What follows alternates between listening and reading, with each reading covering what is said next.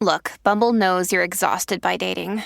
All the must not take yourself too seriously and 6'1" since that matters. And what do I even say other than hey? Well, that's why they're introducing an all-new Bumble with exciting features to make compatibility easier, starting the chat better, and dating safer. They've changed, so you don't have to. Download the new Bumble now.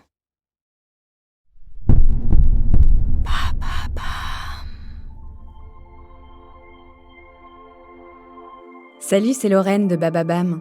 Vendredi signifie le jour de Vénus. Vénus, c'est la déesse de l'amour dans la mythologie romaine.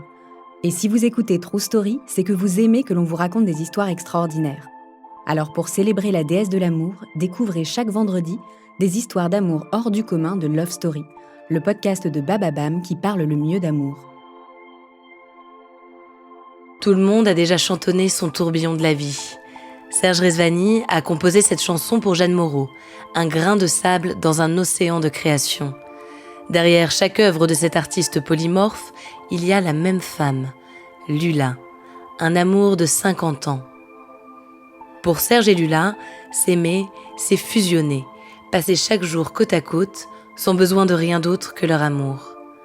Une histoire de coup de foudre, de création et de maladie, une histoire d'amour.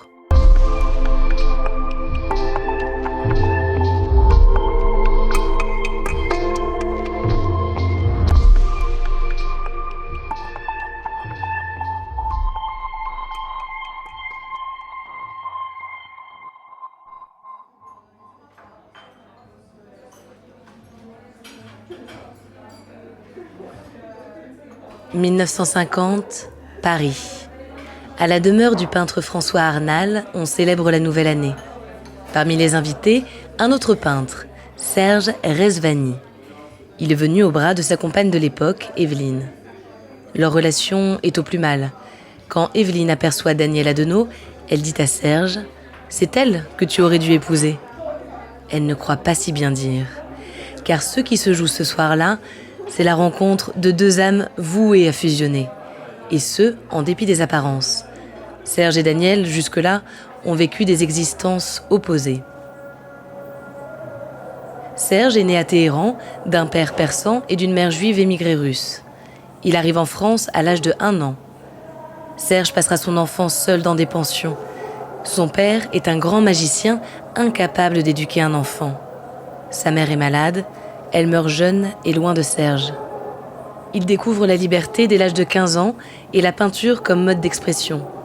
Serge a toujours vécu une vie de bohème et de précarité. Danielle, elle, est une fille de bonne famille. Son père est un amiral qui occupe de hautes fonctions politiques. Quand ils se rencontrent, Serge a 22 ans et Danielle 19. Sa beauté le surprend. Elle a le magnétisme des femmes méditerranéennes.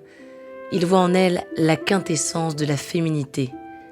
Très vite, il la surnomme Lula, sa Lula. La famille de Daniel s'oppose à cette union avec un étranger, juif, artiste, voué à une vie de misère. Lula quitte le domicile familial et épouse Serge en toute discrétion à la mairie du 7e arrondissement. C'est le début d'une relation qui durera 50 ans.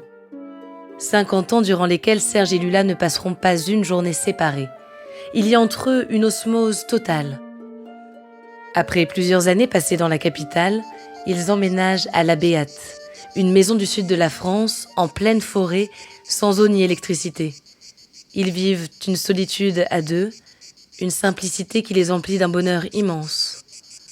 Après la peinture, Serge commence à écrire, puis à composer des chansons à la guitare pour distraire Lula. Elle est le centre de toutes ses créations. Chaque mot, chaque note est inspirée par elle.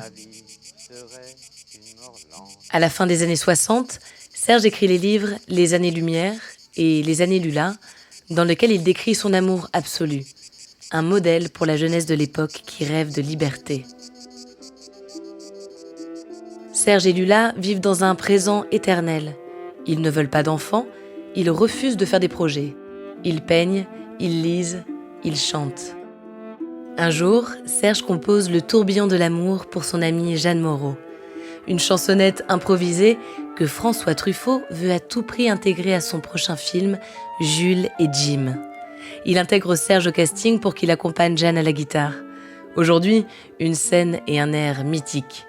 C'est Serge encore qui compose pour Jeanne le célèbre « J'ai la mémoire qui flanche ».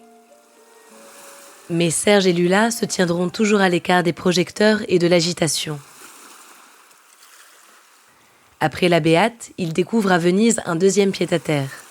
Parfois, ils font des virées, à Cannes, à Paris ou ailleurs, pour un dîner entre amis ou pour présenter la nouvelle création de Serge, un livre, un album, une pièce de théâtre. Puis ils retrouvent l'intimité de leur bulle. Rien n'aurait pu les éloigner.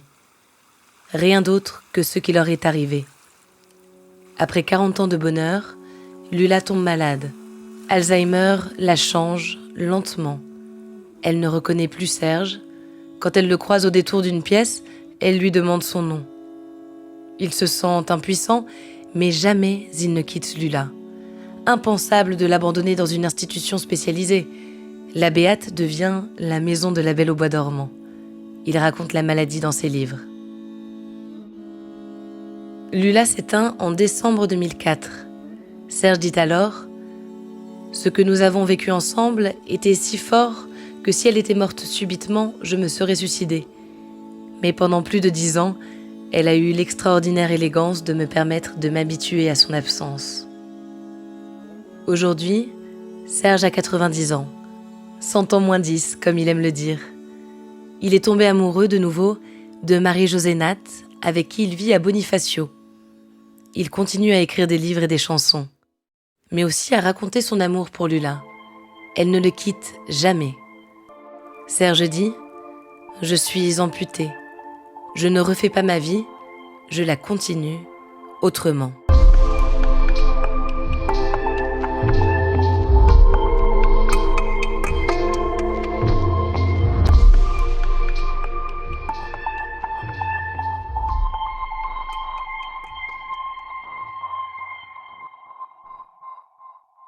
Merci d'avoir écouté cet épisode de Love Story. Je m'appelle Alice de Roide et j'aime les histoires d'amour. Qu'elles soient fusionnelles, chaotiques ou tragiques, elles parlent toutes d'un même sentiment. Elles sont toutes universelles. J'espère que cette histoire aura su résonner en vous. Si vous aimez ce podcast, pensez à vous abonner, à lui donner une note sur les différentes plateformes d'écoute. Désormais, vous pouvez également suivre Love Story sur Instagram. Merci de votre fidélité et à bientôt.